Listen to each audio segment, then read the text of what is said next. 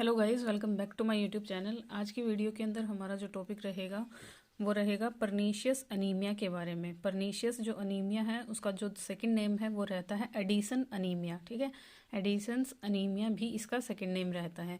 Anaemia देखो क्या होता है, जब आपकी बॉडी के अंदर जो एचबी है उसका लेवल कम हो जाता है उसको आप अनीमिया बोलते हो। लेकिन यहाँ पे जो इसके आगे एक टर्म है परनीशियस अनीमिया, इसके बारे में पढ़ते हैं कि ये जो अनीमिया है वो किसकी वजह से होता है। ठीक है, तो इसकी डेफिनेशन के अंदर आपने लिखना है कि anaemia due to decrease absorption of vitamin B12। ठीक है, जो विटामिन B12 होता है उसके एब्जॉर्प्शन के डिक्रीज होने की वजह से जो अनीमिया होता है उसको परनीशियस अनीमिया बोला जाता है। अब विटामिन B12 का एब्जॉर्प्शन कम क्यों होता है? Because the absence of intrinsic factor due to atrophy of gastric mucosa.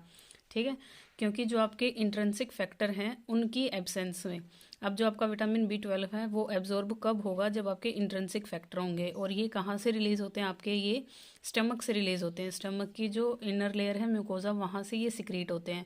अब अगर आपकी स्टमक की लेयर के अंदर दिक्कत है तो इंट्रेंसिक फैक्टर रिलीज नहीं होंगे, और जब ये नहीं होंगे तो आपकी बॉडी में चाहे आप विटामिन B12 कितना ही ले लो वो आपके ब्लड के अंदर एब्जॉर्ब नहीं हो पाएगा। और ये एब्जॉर्ब नहीं हो पाएगा तो जो आपकी आरबीसी है उसकी कंप्लीट मैच्योरेशन नहीं हो पाएगी। इसी वजह से आपको अनीमिया देखने को मिलता है, एचबी का लेवल है वो कम देखने को मिलता है। ठीक है, तो विटामिन B12 की कमी की वजह से जो एनीमिया होता है उसको परनीशियस एनीमिया या फिर एडिसन्स अनीमिया बोला जाता है। उसके बाद देखिए, जो इंट्रेंसिक फैक्टर है वो कहाँ से सिक्रीट होते हैं? मैंने बताया आपको गैस्ट्रिक म्यूकोजा से। गैस्ट्रिक यानी आपकी जो स्टमक है उसकी जो इनर लेयर है म्यूकोजा लेयर है, वहाँ से ये सिक्रीट होते हैं। कौन सी सेल से सिक्रीट होते हैं? पेराइटल सेल से ये सिक्रीट होते हैं। ठीक है, ये जो अनीमिया है ये मोर कॉमन फीमेल्स के अंदर देखा जाता है। ठीक है, ये जो अनीमिया है ये किस तरह का है? मैक्रोसाइटिक है, यानी इसके अंदर जो आरबीसी का साइज रहेगा वो क्या रहेगा? मैक्रो लार्ज रहेगा। नॉर्मोक्रोमिक है, जो कलर है हीमोग्लोबिन का या आपके ब्लड का वो नॉर्मो सेम रहेगा यानी नॉर्मल रहेगा। ठीक है, इस अनीमिया को डायग्नोज करने के लिए जो टेस्ट किया जाता है उस टेस्ट का नाम है शीलिंग टेस्ट। ठीक है, शीलिंग टेस्ट की हेल्प से क्या किया जाता है? परनीशियस अनीमिया को डायग्नोज किया जाता है।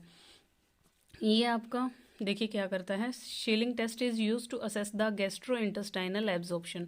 इस टेस्ट की हेल्प से हम असेस करते हैं GIT absorption of the vitamin by giving the oral radio active vitamin B12 and injected non radio active B12।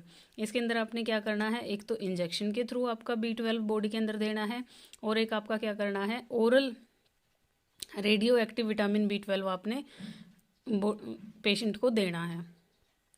तो शीलिंग टेस्ट के अंदर आपका क्या जाएगा, एक ही पेशेंट है उसको आप पहले तो क्या दोगे, ओरली दोगे विटामिन B12। विटामिन B12 का जो नेम है वो साइंटिफिक नेम साइनोकोलाबामाइन रहता है। ठीक है, तो ये आपने ओरली देना है। ओरली क्या प्रोसेस रहता है, पहले आपका स्टमक में जाएगा, स्टमक से इंट्रेंसिक फैक्टर होंगे वो विटामिन B12 को एब्जॉर्ब करवाएंगे। ठीक है, और सेकंड आपने क्या करना है, इंजेक्शन के थ्रू, यानी आपने डायरेक्ट जो B12 है वो आपने ब्लड के अंदर दे देना है।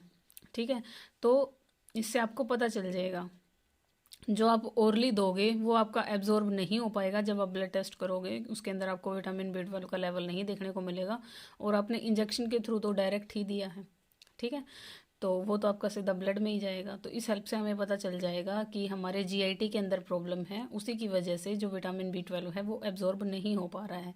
It is used primarily to diagnose the pernicious anaemia. तो जो आपका शीलिंग टेस्ट है वो परनीशियस एनीमिया को ही डायग्नोज करने के लिए किया जाता है।